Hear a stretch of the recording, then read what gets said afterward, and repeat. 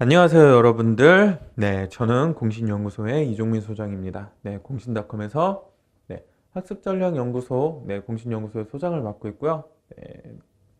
국어 영역 대표 멘토로도 활동을 하고 있습니다. 이번 영상을 통해서 여러분들께 옥스포드 공신 노트를 활용해서 어떻게 하면 국어 공부를 할 수 있을지, 옥스포드 노트를 활용한 국어 공부법에 대해서 말씀을 드리고자 합니다. 자, 제가 이제 눈앞에 샘플을 하나 준비를 해드렸는데요. 보시면 아시겠지만, 기출 문제입니다. 2014년 수능 대비 6월 모의평가, 즉 2013년도 6월 달에 치러진 수능 모의평가 문제인데요. 자, 여러분들이 대표적으로 싫어하는 유형 중에 하나인 가와 나의 공통점 찾기, 즉 시를 복수의 시를 주고 그 두 시에 대해서 공통점 혹은 차이점을 묻는 문제가 되겠습니다. 많은 학생들이 이 파트에서 굉장히 혼란을 겪습니다. 그런데 제가 이렇게 어려움을 겪는 학생들을 좀 분석을 해보니까 한 가지 맹점이 발견이 됐어요. 이 학생들 같은 경우에는 자신들이 시를 보는 게 어려워서, 즉 처음 보는 시를 해석하는 게 어렵기 때문에 이러한 공통점을 찾는 문제들을 틀린다, 이렇게 생각하기가 쉬운데요.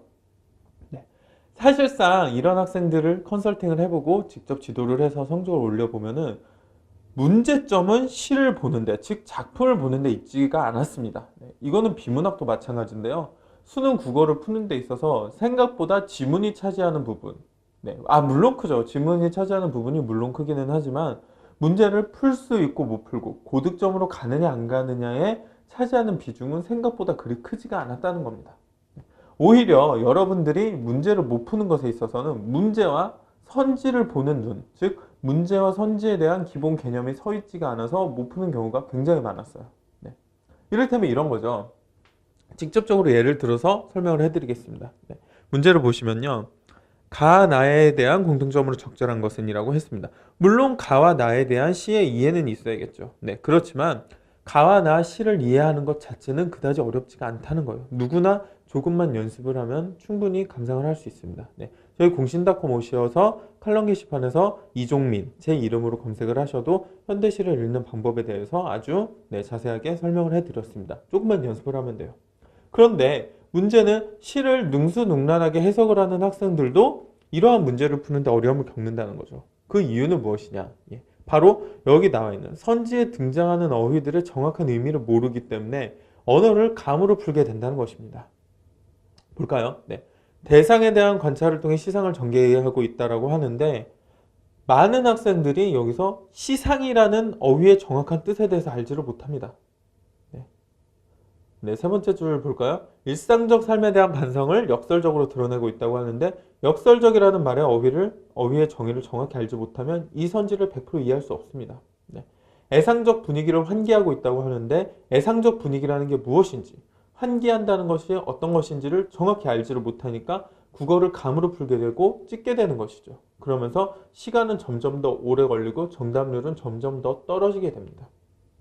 자, 이런 것을 지금까지의 내용을 종합해 보면은, 즉 문제에 등장하는 어휘들과 선지에 등장하는 어휘들을 정확히 이해하는 것이 결국 국어에서의 고득점으로 가느냐 안 가느냐를 가늠할 수 있는 아주 중요한 그런 지표가 될 수 있다라고 그렇게 이야기를 할 수 있는 거죠. 그렇다면 우리의 과제는 무엇이냐? 수능 혹은 모의평가에 등장했던 문제와 선지에 등장하는 어휘들의 사전적 정의를 정확히 파악하는 것이 중요합니다. 아니, 공신님, 그러면은 그런 어휘들이 한두 개가 아닌데 어떻게 그 정의를 모두 다 외웁니까? 라고 하실 수 있겠지만, 옥스포드 노트를 활용해서, 옥스포드 공신 노트를 활용해서 정리를 해보시면요, 생각보다 수능에 실제로 등장하는 어휘들이 많지가 않다는 것, 즉 나왔던 어휘들이 나오고 계속 반복해서 나오고 있다는 것을 아실 수 있습니다. 이를테면 제가 오른쪽에 정리한 시상, 대비, 주제, 반성, 역설적, 예상적, 환기, 이런 표현들은요, 매년 수능에 항상 등장한다고 볼 수 있습니다. 그리고 한 3개년 수능과 평가원, 즉 10개 분량의 실전 문제만 정리를 해보시면요, 그 안에서 벗어나는 어휘가 등장하지 않는다는 것, 아주 제대로 이해를 하실 수가 있습니다. 노트를 활용해서 어떻게 공부를 하면 되냐면요, 왼쪽에 문제를 붙여주시고요, 오른쪽에 왼쪽에 나타났던 문제들에 등장하는 문제와 선지에 등장하는 어휘들을 오른쪽에 적어주시면 되겠습니다. 그리고 복습하실 때는 오른쪽을 손이나 아니면은 종이로 가려주시고요. 손이나 종이로 가려주신 다음에 왼쪽을 보고 그 정의를 한번 되뇌어 보시면 되겠습니다. 이 어휘들을 토시 하나 안 틀리고 외우는 것이 쉽지는 않아요. 많은 시간이 걸리는 것이기는 하겠지만 그만큼 엄청나게 중요도가 높고요. 그리고 많이 반복된다는 점, 즉 외워야 될 범위가 넓지 않다는 점에 있어서는 반드시 많은 복습을 통해 외워주시길 부탁드리겠습니다. 이 부분만 확실히 수능 기출을 통해서 공부를 하시면요. 그 다음부터는 문제에 대한 이해도, 선지에 대한 이해도가 굉장히 높아져서 망설이느라 보내는 시간이 줄어들고 그로 인해서 수능 전체, 수능 국어를 푸는 시간 자체가 단축되는 효과를 느끼실 수 있을 것입니다. 다음은 여러분들을 골치 아프게 하는 사자성어인데요. 보시면 아시겠지만 왼쪽에 제가 지금 여러분들 영상으로 보시는 편의를 위해서 공식 노트 중에 가장 큰 거로 했는데요. 사자성어 노트 같은 경우에는 조금 작은 수첩 같은 걸로 준비하셔서 보시면 더 편하게 이용하실 수 있습니다. 마찬가지로 왼쪽 위에 타이틀로 언제 시험인지를 적어주시고요. 밑에 줄에 사자성어를 써주시고 오른쪽에 그 뜻을 적어주시면 됩니다. 마찬가지로 오른쪽을 가리고 복습을 진행해 주시면 되고요. 복습할 때 중요한 게 뭐냐면요. 항상 그냥 무작정 혼비백산 없지할 바를 모름 이런 식으로 외우면요. 머릿속에 많이 남지가 않거든요. 그러니까 그 사자성어와 뜻을 연결해 보시고요. 항상 예문을 만들어 보시기 바랍니다. 예를 들면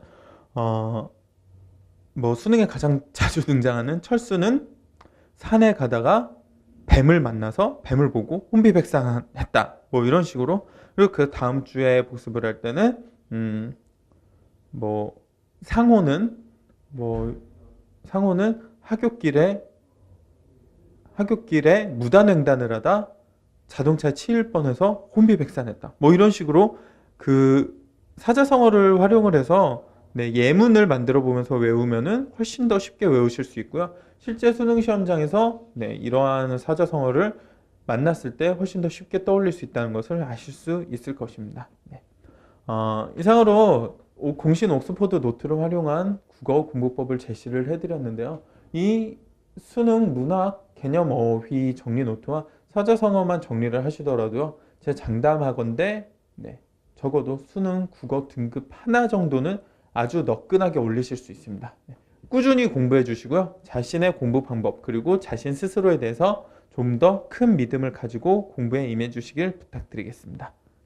감사합니다.